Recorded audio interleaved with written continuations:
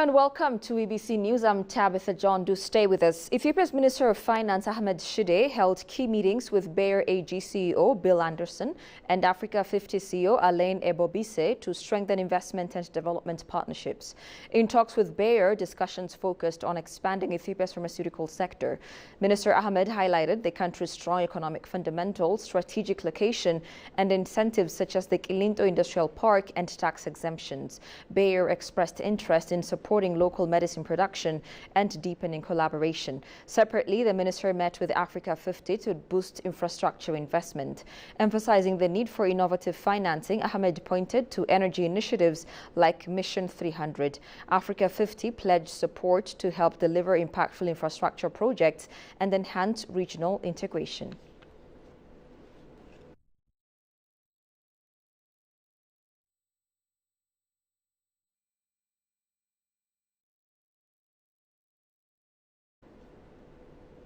Ethiopia has reiterated its strong commitment to promoting peace and stability across Africa during the 17th International Training on Post-Conflict Stabilization and Reconstruction held in Addis Ababa.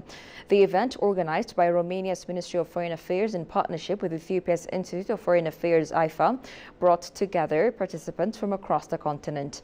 IFA Executive Director Jafar Bedru highlighted Ethiopia's national dialogue and transitional justice process as key steps towards unity and lasting peace. Romanian Ambassador Lulia Pataki called the program a cornerstone of Romania's Africa strategy. Take a listen.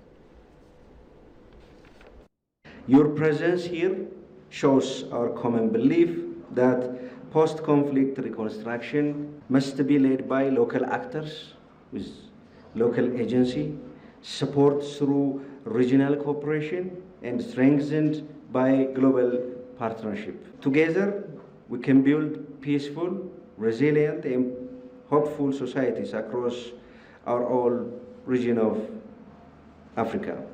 For example, to address conflicts and grievances, Ethiopia has launched and is implementing a national dialogue transitional justice process. These efforts aim to heal wounds, rebuild trust, and strengthen unity among the people. This particular course on the 17th, we decided to have it in the diplomatic capital of Africa, in Addis Ababa, if we are here. So it's a course that focuses on different elements that are very, very important for our reconstruction and stabilization life. There are lots of conflicts. Unfortunately, this course is still usable, if I may say so. It's very actual because there are lots of conflicts in the world. One of the most important subjects of this course will be disinformation, and also how you can deal with disinformation, because that's affecting our peace and affecting our development and affecting our life. So this is very, very short about the course.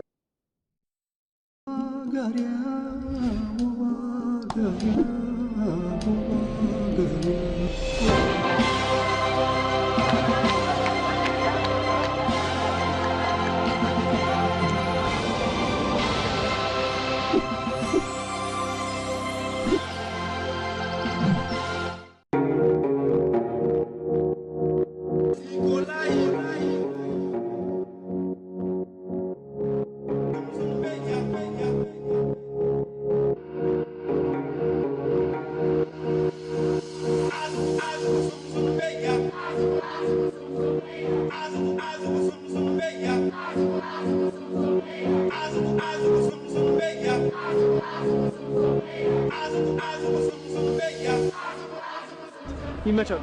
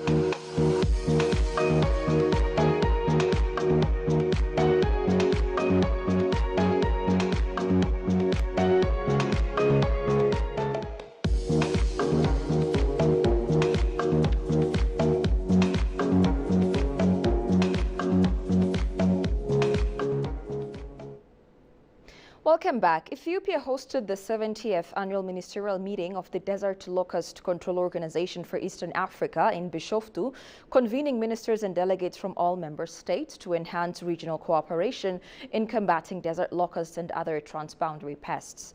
Tegus Sarnita has compiled the following report. Held under the theme Safe Transboundary Pest Management for Regional Food Security, the two-day meeting emphasized the importance of coordinated efforts to safeguard agriculture, the primary source of income and livelihood for millions of farmers across the Horn of Africa. Speaking on the occasion, State Minister of Agriculture Mellesa Makonnen highlighted that pest-related challenges cannot be addressed by any single country alone. He recalled the severe desert locust swarm that hit the region between 2019 and 2021, noting that the coordinated action of Desert Locust Control Organization for East Africa, in partnership with the Food and Agriculture Organization and other institutions, was critical in mitigating the impact. The 2019 to 2021 desert locust invasion was a powerful reminder of our shared vulnerabilities in an area of climate uncertainty. Triggered by cyclonic activities in the Arabian Peninsula, it evolved into one of the worst locust crises in living memory, spreading across the Horn of Africa and devastating millions of hectares of cropland and rangeland. In Ethiopia, the locusts swept from the lowlands of Afar, Somali, and Oromia to the highlands of Amhara, Tigray, and southern regions, endangering the livelihoods and food security of millions. Yet, through remarkable coordination between national institutions, DLCO East Africa, FAO, the World Bank, and our development partners, we successfully contained the outbreak and averted a full scale of humanitarian catastrophe.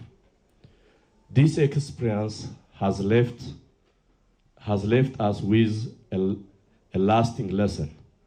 Preparedness, early warning, rapid response, and cross-border collaboration are indispensable to protect our region's agricultural future. For his part, Desert Locust Control Organization for Eastern Africa Director Mwasigwa Moses acknowledged Ethiopia's contribution to the organization, highlighting its support in operational and technical capacities. He underscored the use of modern technologies, including drones, for surveillance and control activities, and encouraged member states to strengthen regional coordination and support.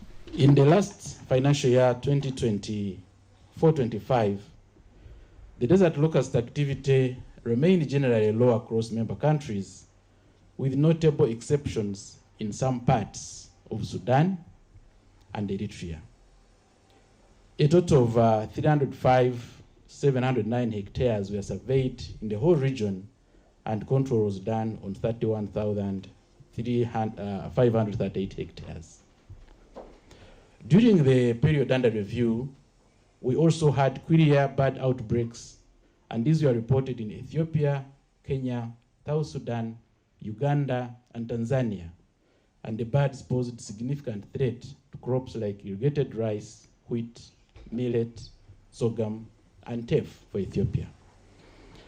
Aerial spray operations in the region controlled over 333 million birds, and this saved the region approximately 597 million worth of grain that would have been destroyed by the pest. The meeting further highlighted the critical role of information sharing, innovation, and sustainable financing to prevent pest outbreaks and protect the region's food systems. Reports on the organization's ongoing activities and achievements were presented and discussed throughout the summit, reaffirming the collective commitment of member states to a coordinated regional response. And finally, Ethiopia has once again thrown its full weight behind the Kampala Declaration on Jobs, Livelihoods and Self-Reliance, pledging to transform promises into tangible progress. This is more than a reaffirmation. It's a rallying cry for regional unity and human dignity, saying that refugees are not burdens to be managed, but potentials to be unleashed. Director General of the Refugees and Returnees Affairs Service underlined that the provision of skills, technical know-how and access to financing, the country envisions a future where displaced communities rise as entrepreneurs, innovators, and drivers of inclusive economic growth. This powerful message echoed today during a high-level IGAD consultative meeting where member states gathered to reflect on strides made and the road ahead in turning the aspirations of the Kampala Declaration into lasting change. Take a look at the following account by our staff reporter, Binyam Alemayo. The Kampala Declaration on Jobs, Livelihoods, and Self-Reliance for Refugees, Returnees, and Host Communities is a regional political commitment made by member states of the Intergovernmental Authority on Development, IGAD, in March 2019 during the summit held in Kampala, Uganda. It aims to promote economic inclusion, self-reliance, and sustainable livelihoods for refugees and asylum seekers, returnees, and host communities. Addressing a huge gathering of states and IGAD member states, Director General of the Refugees and Returnees Service, RRS, Taiba Hassan, underscored that as a nation hosting 1.1 million refugees, Ethiopia reaffirms commitment to the declaration thanks to its comprehensive program of marketed inclusion. She, however, cautioned participants that the growing challenge called for strengthened collaboration on the part of states. The constrained capacity of local microfinance institutions, which limits refugees' opportunities for credit and investment. Insufficient and unpredictable development financing, which threatens sustainability. These challenges call for stronger partnerships and predictable long-term investments. Detailing Kenya's commitment to the refugee cause, Deputy Commissioner of Kenya's Refugee Department, Joshua Auer, pointed out that the nation has been pursuing the integration of refugees into society by ensuring the right to own property and access to social services, among others. The Kenyan government is operating on an open door policy as a member of the world community and a signatory to the 1951 UN Convention and all these other protocols and regulations and commitments made so far. We receive refugees with open hand, and our situation is now a bit protracted. As I said in my speech, that we are now hosting over 800,000 refugees. And the situation has been there for the last 35 years. We don't see the situation getting better in the near future. And so because refugees are our people, as I normally say that in the East African region, the Great Lakes region, the IGAD region, the Horn of Africa, we are the producers and consumers of refugees. So these are our people. And so as a government, we have decided that we must look for ways and means of engaging them and involving them in the economic activities of the country. Kenya and Ethiopia have called on member states to renew their commitment to equitable responsibility sharing, emphasizing the need for a quicker and lasting refugee problem. Likewise, the World Bank, as a major partner in the supply of finance and technology to host nations, has reaffirmed continued support to the cause. It talks about jobs, it talks about livelihood, it talks about self-reliance. And we know this is what refugees want. Like any Ethiopian or Kenyan who grows up, they want to have a job, they want to earn an income, they want to support their own families, they want to be independent, they want to live a life of dignity. And this is what the Kampala Declaration is all about. So having that kind of policy at the regional level, and then gets reflected at the national level. So Ethiopia is developing a roadmap, the Makatet roadmap, to support the social and economic inclusion of refugees and host communities. Kenya has the Sharika plan to do the same. This is all about, as I said, helping to create an environment where refugees have the right to work, where they can get freedom of movement so they can access a job or start a business or access a market. So I think this is absolutely crucial, and the Kampala Declaration, I think, has been very influential.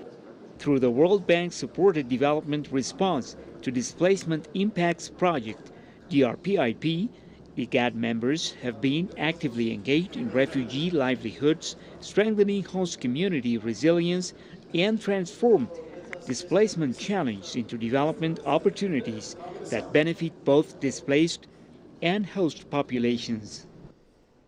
You're watching ABC News. A quick reminder of the stories making headlines. Ethiopia explores global partnerships to boost pharma and infrastructure sectors.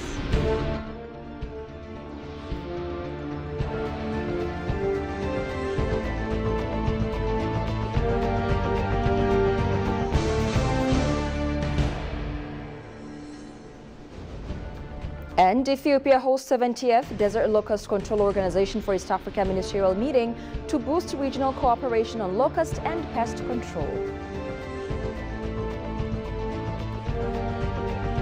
That's all we had for this hour's news edition. I'm Tabitha John. Many thanks for watching. Goodbye and take care.